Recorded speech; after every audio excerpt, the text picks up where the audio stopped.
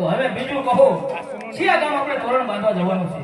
અરે કપાલ પાટડી ગામનું તોરણ બાંધ્યું હોય તો થામા ગામનું તોરણ બાંધો. ભલે માં હે માના નામે જાલા તું બધી